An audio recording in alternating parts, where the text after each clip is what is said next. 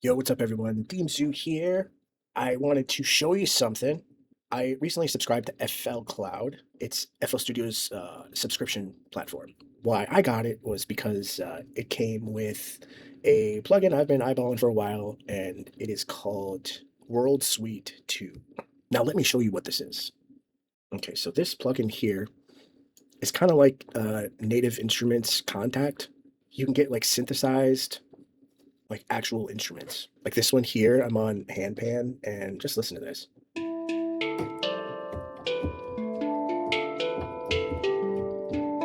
It sounds pretty legit, you know. Um, and so, and there's so many to choose from here. Like I wanted to show you this this pattern I came up with here. Let's see, is it this one here? Yeah, okay. So here's the MIDI that I created, and let's.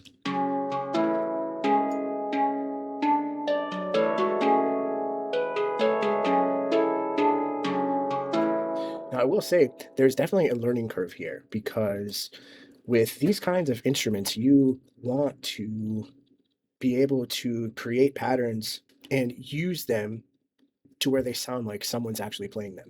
And there's a couple ways that you can do this. It's weird. Some of them have more micro adjustments. So it really just all depends on the instrument. For this one here, this handpan here, what I do is I first create my pattern and then I go and I take the snapping off. Snapping allows you to openly place or move the notes here. So like notice this here. And if I were to play this note here, as you can see, this C sharp here is just a little bit off of what it normally would be if you were just, you know, had them all sitting here. So listen to it without this adjustment, right? It still sounds pretty good just because the timbre on it is just so like realistic. But watch when I move this over just so slightly and play it. Hear that? It's just off, so it seems like and sounds like someone's actually playing it.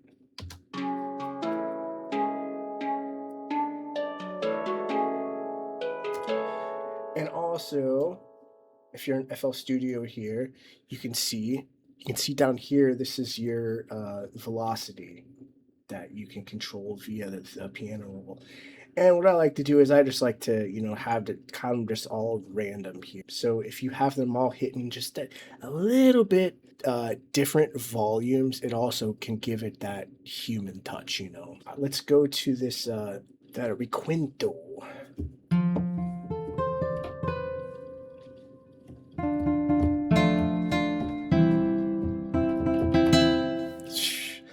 I think that sounds pretty realistic. And that velocity, the higher you have it, the harder it's being pressed on the actual instrument. So if I'm just,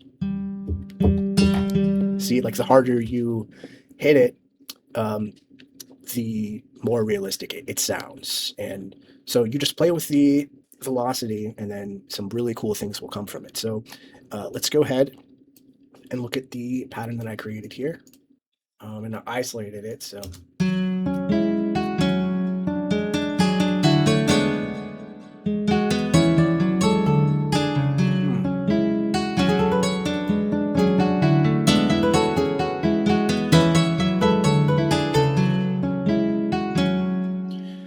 yeah, that sounds great, doesn't it? That sounds awesome. And these are pretty intricate melodies, but I've been at this for 14 years. You know, this is what I do. And so let's hear both of them together.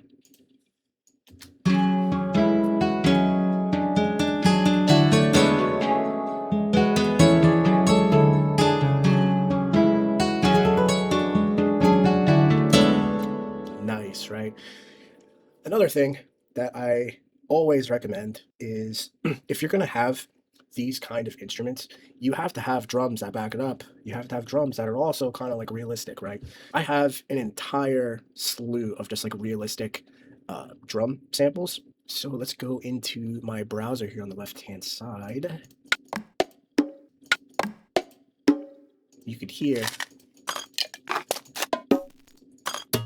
these are all realistic sounding drums.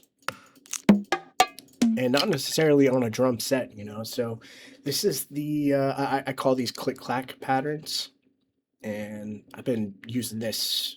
If you know my work, you will hear the click clack patterns in pretty much all of my work.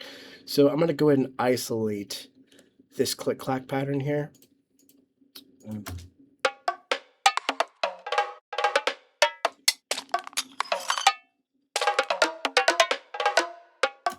Now, it might just sound like noise right now, but when you incorporate the kick and the snare in there, it comes to life. So let's throw in the kick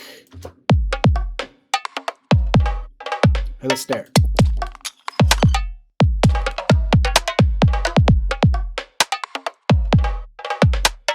I have actually made a whole tutorial about how to do these click clack patterns, and it's very, very similar to the way I do my hi-hat patterns. I'm actually going to show you one of the hi-hat patterns that I have here. So I'm going to isolate that.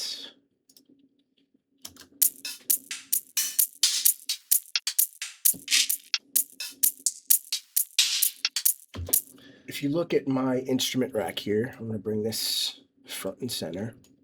All right, you will see that I keep everything on the same pattern. So these are all my hi-hats here. And then these are all my click clacks here.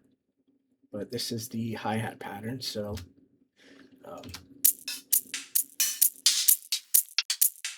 and when you go into the piano roll here, you can see where all of the placements are here. And you'll notice that they're also just off kilter just a little bit, right? The same thing applies here as you do with those realistic instruments to give them that like human touch, as well as the velocity here. And you can see all the different variations of the velocity here down at the bottom.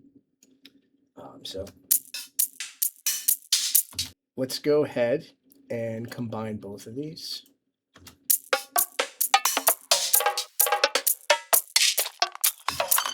Now let's go ahead and add the snare.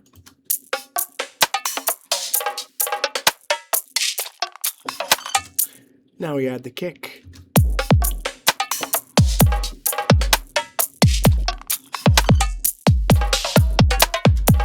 I mean, I have a huge, huge, huge library of all of these realistic drums. And if you book a lesson with me, if you book 2 lessons with me, you get my entire library of drums and samples. It's literally tens of thousands of sounds. You would be a fool not to book with me. Here, let's hear the crashes here.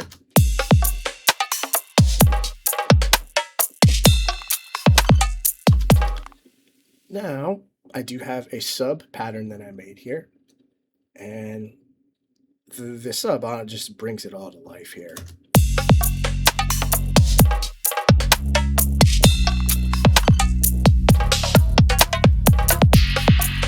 Now what I'm going to do here is I'm going to isolate this part, so just repeat. And then we are going to add these realistic instruments in now. And now you're really going to hear this track come to life. All right, let's go.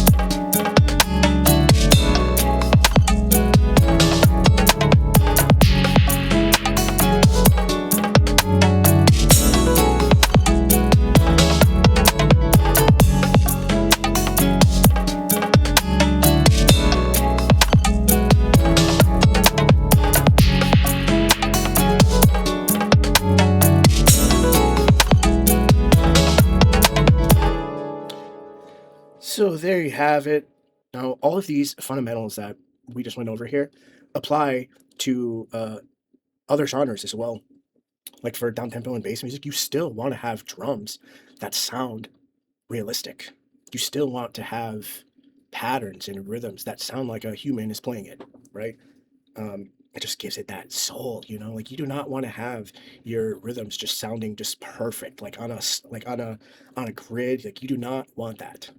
But it takes some finesse, it takes skill. And I always tell my students, like, you could go ahead and get your pattern down first. You use the grid to get your pattern down.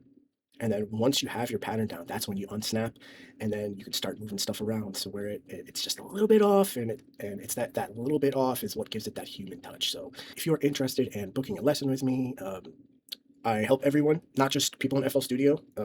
The fundamentals I teach transcend into all other kinds of DAWs.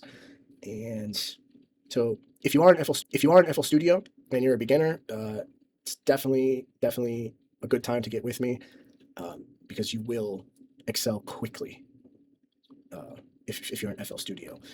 Because if you're like a beginner in Ableton or Logic, I'm still going to be able to help you, but you're going to have to transpose the information that I've given you into the workflow of Ableton or Logic or Bitwig or whatever DAW you're in. But I do also teach arrangement. I teach mixing and mastering and sound design. So if you are lacking in any of those departments, I would love to have a session with you. You can book it at DeemZoo.com. So yeah, I'm going to keep making these tutorials. They are going to go on my Patreon first. You can join my Patreon via DeemZoo.com as well. Or you can just go to Patreon/DeemZoo, and there I will be. There's tons of perks, tons and tons of perks to booking with me and joining the Zoo fam. So if you made it this far, I appreciate you watching, and I will catch you on the next one.